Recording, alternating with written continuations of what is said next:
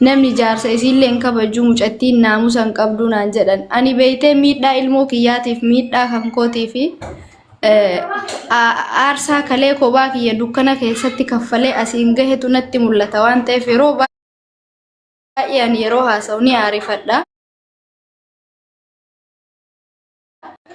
Ammoo beeytaa ilmoo afur kophaa biyya baqaa keessa guddisuun hagam tokko akka ulfaatu kama dahee ciniinfatee argetu beeka beeytee barumsa ijoolleen narra jiraa qaraatiitu jira kiraa manaatu narra jira asbeezaa isaaniitu jira yeroo qorri dhufu uffata qorraa yeroo hawwi dhufu uffata uwwaa kana hunda ana namni keessaan na gaafatee na jajjabeessu hin jiru an waan hundaa wajjin walitti qabamee tokkoffaa anillee qorsa fayyadamaa ijoolleen kiyyallee akkasii si galee wallaahi karabbiin na argu an halkan tokkotti kiniinii 8 liqimsa si galee kun hundi erga gaafa ijoollee kiyya argadhuuti sababaan an kiniina sana liqimsullee sibiilli na keessa jiru sun akka infekshin ta'ee gara waan biraatti na jala akka waan biraa qaama kiyya hin miinettiin qorsa sana fayyadama si galee Ibeetu kun yoom suka saba yoom inuma mbon imbaan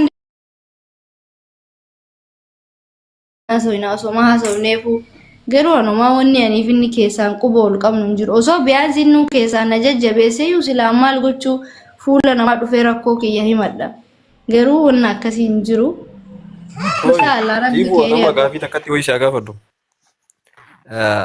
amma fakkeenyaaf amaan wanni dhufuu danda'u kaayiroo dhufuu danda'u fiizaan keessan keeniyaa irraa hin ta'aa jiran ati dammoo ani keeniyaan deemuu jetta yoo ijoollee teessan tanaaf ijoollee tee tanaaf yaadde yoo amaan biyya kana dhufuu hin danda'in birriin kun nyaatame yookaan birriin kun gubachuu irraa wanni kun isin deebi'ee ati yoo keeniyaa dhayite keeniyaa irraan deemte yoo waan kan akkamitti yaadde yoo amaan dhufuu hin danda'in maybe ani dhimma biyya kanaa numatu beeka wanni hin danda'amu abadan si galee ishaaraan maallaqaan badan namni akkuma isaa qabamee isaa wajjin qabamee galee dhufee jira isa biraa dhufe saahiba isaati isaa wajjin baatii meeqa hidhamee isa biraa qabamee dhufe ndoo mucaanuu singiliidha si galee baabaa qoy barahaa keessadha kan dhufe hin danda'ama ishaaraan maallaqaan bada wanni hin danda'amin hin jiru namni biyya kana keessa Ameerikaa deemnee jira ijoollee mabaaleeti qabamanii akkasitti indoom jarri badii wayii qabanii si galee ishaaraa ofirraa osoo karaa irratti osoo biyya kana dhufanuu qabamanii gara biyyaa deebi'anii ammallee deebi'anii barahaan dhufanii caarraan biyya alaa dhufee fi irpoortii irra qabamanii ishaaraa sana maallaqaan yeroo san ofirraa balleessan si galee namni ilmoo ofiitii yoo yaade aarsaa kamuyyuu kaffalee dhufee ani inni biyya kana dhufnaan an ishaaraa akka kamuyyuu godhee masuulinnetii fudhadhee jala deemee ishaaraa sanaan isaa irraa hin balleessa ammoo dhimmi angana asii ka'ee waamee ka ijoollee asiyyuu achi deemuudha Masriidha akkamit dhufte Itoophiyaadha akkamit as seentedhanii yookaan si taqabbalanii yookaan si taqabbalan gana asii ijoollee afuran fudhadhee deemu moo inni ilmi dhiiraa dhufee haala mijeeffachuutu caala kun ani hin beeku wallaahi Allah waalam Kenya sekarang berada Ibsa, Yoni fiati asyara Yoni tanah bidya Masri Afrika sekarang kaisa kabate, bidya Kenya dufte ati asyara go sistol bat, mandate achi di waraka achi sana gargat, nama mereka akasiti gafan nanti dah achi dah ini sani, nama gerti akasiti Aryan ka Masri gedi Jabuti, kana jira, unti sani hari yang mana jira, ono koni sakas asyara tu nama nuan jambak, orang bidya Kenya jiruni biasa biasa jada. Akasih je ya ini ni jara Kenya komputer tu kau tahu kecahanan dunia bukan tu ya bakat tu walin bait kanan baitan ya kami tasi amma kalau tahu balik jo Kampala kana ka itu ijoolleen tun achi warri ta'u amma ergama maal ino amsa sambusaan hin jiraame kino amsa Ibrahim waan jiru nutti mee waan bishaaraa kana sirrii danda'a kanuma kan mirchaan jiru malee wallahi homaa wanni biraa wanni godhan hin jiru Mucaan achitti dubbatan boorgee biraasa Saudi deekamu wajjiree amma ijoolleen ture sitti ijoollee tana bara isuma qabdeerra isiniin dhiiftu bali deemtee booddan dubbiin Oromoon tuna dhiibdee itti nuti maarreetteetuma isin rakkisuun afaan qabdu boodan gad deebitee.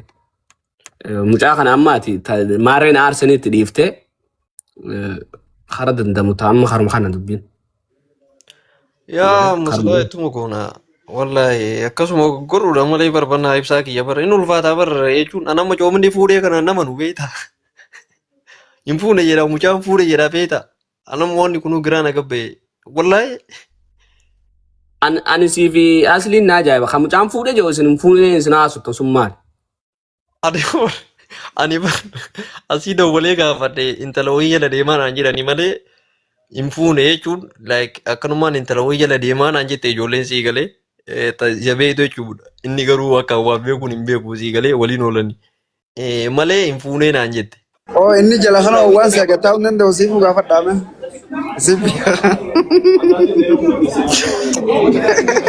Maa agataa hundi ta'e No bakka mucaan fuudhu maaf haala mijjeeffataa jira Mee mabruukii kana galchime warra UN'ti kunillee hin beekaa waa mara beekaa kun. UN waan hundaan sirreessite jedhanii gan amaayyoo du'e jedhanillee bar deemuuni amaayyoo du'e jedhanillee bar ijoolleen deemuu hin dandeetti yoo fiizaan deebi'e. Egaa yoo fiizaan deebi'e bakka amaan du'e jeetti waraqaa qabriidhaa barreessitti fidi. UN irraa akkasitti waraqaa wanni barreessanii du'e jedhanii Itoophiyaatti. Yaa falli hayi kunisuma jiraa bara. Du'e jiraa. Walirra deebi'eef hanga inni dhufu bararuu hin danda'amu akka seera yoonnitti. Yaa bararuu hin danda'amu. Akkas taanaan du'e yoo jaanoon ni hayyamaa jarri sun wanni akkasii duraan ni jira biyya san.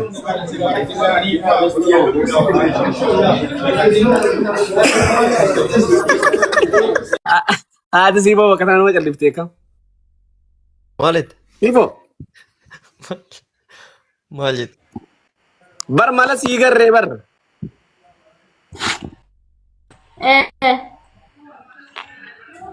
Amma yoo dhugumaan fiizaan kun deebi'ee inni sun achiin sossoo'u jee akkam gootu?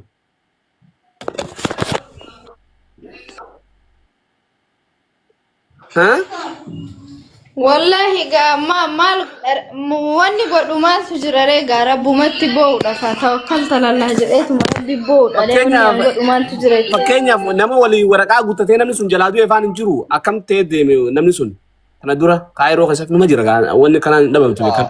Ibsaa wanni itti beekuu qabdu achi osoo hin gahin sila mucattii waa takka harkaan qabdu maqaa ijaraa irra guutame iimeelli isaa harka jira wannummaan fidee yoo dhufe wanni mucattiin tuni beeku hin jiru bara. Kadue jedhan san hin agarre garuu ammootu bara uummata kan beeku ani maaliif beekte waan du'e jedheetiin iimeela mucattiidhaa kenne waan guutuu mucattiidhaa kenne akkuma ifii dhufanii ilaalan malee fidachuu hin danda'an. Waan du'aatu iyyuu waan akkanaatu osoo hin haasa'in bar inni yoo biyya kana jechuun biyaansi jaartima isaa sanaayyuu yoo fudhatee dhufee haga nuti asii baanutti jireenyuma isaanii dhuunfaa jaartii ofiitii waliinuu jiraachaa kazzaan ammoo haala nu mijeessee nuti biyya kana keessaa baane kun bar waan qallaalidha isuma garaa nuti jabaate maree bakka du'aatu iyyuu osoo hin gahin ani bar inni yoo aarsaa kamuu kafalee dhufe ani masuulinnatiin hin fudhadha ishaaraa inni jedhu san irraa balleessuudhaaf shuur 100% an parsantii dhibba ittiin amana maaliifi kun dhimma ilmaan kiyyaa waan ta'eef ani wallahi yoo lubbuu kiyyallee ta'e ijoolleen kiyya bakka bareedaa deemtee qaraatii bareedaa na harkattee anillee yaala bareedaa argadhee ilmaan kiyya kanarra yoo jiraadhe anaaf waan guddaadha namni dhimma fuudha isaa sanitti aarii hin qabu aarii kanan itti qabu caarraa ijoollee kiyyaa kana karaa irratti kana jala hafaarutu na aarse malee aafuudhu suni beekee namni tokko namni si miidhe tokko jaayizaa isaa rabbumarraa argataa hafuudha isaatuyyuu taa'eetuma yoo haala annaasii biyya kana keessaa bahu achuuyyuu taa'ee naa mijeessuu danda'a du'ayyuu osoo du'a birayyuu hin gahin kazzaa ijoolleen gaafa asii baate abbaa isaaniiti haa fudhattu rakkoo hin qabu ani gidduu ilmootiif gidduu abbaa hin galu an kaleellee isaaf ilmoo walirraa adda fageessuu hin yaanne har'a sammootuu hin yaadu maaliif anaaf isatu wal miidhe Yoo inni agam tokko namiidhellee akka inni ilmoo isaatiif jiraatu hamilee ilmoo kiyyaa ijoolleen kiyyaa akka abbaa malee guddatan hin barbaadu. Biyaansi gar tokkoon abbaa isaaniitii wajjin akka isaan gammadan hin barbaada beeyte. Ilmoon abbaa waliin bareeddi. Dirqama ammoo aniif inni waliin jiraachuu hin qabnu ijoollee kana gammachiisu. Innillee jireenya isaa dhuunfaa jiraataa jireenya isaa ooffataa. Ilmoo isaatii haala danda'amuun sagalee ta'ee ilmoo isaatii waan keerii waan bareedaa yaadu.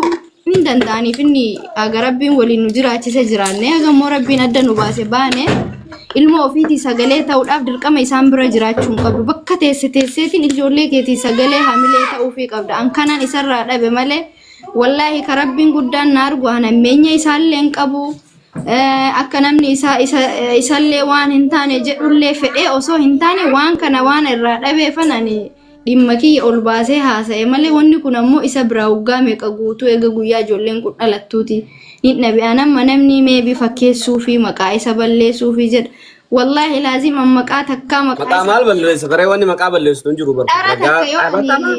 yoo wanna takka ani isa maqaa isa balleessuudhaaf yookaan ajandaa isa godhachuuf yookaan paaworii wayii barbaadee yoo haasa'e wallaahi rabbi ilmoo naa kenne kana narraa ana haa fudhatu isaan hin fudhatin ani ilmoo tiyyaan hin kakadhu wallahi rabbi ana haa fudhatu guyyaa takka dharallee irra hin keenye zeeroo takka waa inni na godhellee waa ijoollee tiyya godhellee tokko hin kijibne wallahi rabbi nan jiraachisin an ilmoo kiyyaan hin kakadhu maaliifi rabbiin waan nama godhu hin beekanu malee ani takka dharallee isarra kaa'uudha paaworii wayii barbaaduuf yookaan ammoo uummanni Oromoo akka na gargaaruuf yookaan maqaa isa balleessuuf miti huyna kiyyaa ol ta'een furmaata naa godha jechuuf haasa'e malee isaaf hadhas ta'u borus ta'u ani sharrii hin qabu inni ijoollee isaatii haala mijeessinaan ammas ta'u ani ilmaan isaatiifillee isaafillee keerii dhuman yaada.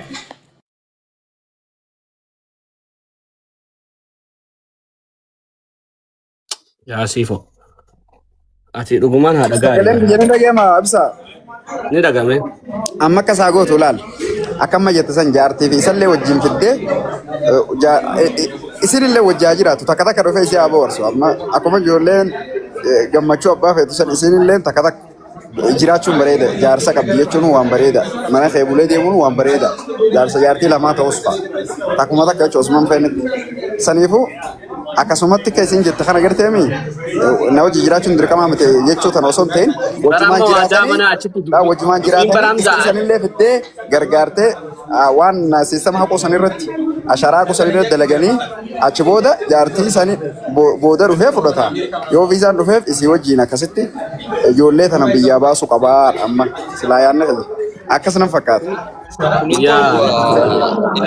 Hamzaa kunin ta'u war coominni qarrayyuu lama qabaa sanillee fidee yoo dhufe tana yoo irra dabale afuri si galee bara akkasii bar duraanuu lama qabaa coominni isii malee iyyuu jechuu kaayiruma kana keessaayyuu. Kaayiruma keessaa uumoo. Kaayiruma keessaayyuu lama qabaa. Aboo kun duuba maraata kaawaa dhiiraa miti korbeessi mareeti korbeessa ururtuudhaa dhiiroo gurbaan. Ilmoo biraa ni qaba edaa biroo kiyya. Ibsa maal taate coominni kan fagaatee bar. Aboo kun gurbaan ururtuudhaati. Okay, takaayiroo sanii yoo galee okay jaartii takaayiroo. Tiiboo teessaa kanaan wal barteet. Saboo maal? Ilmoo qaba.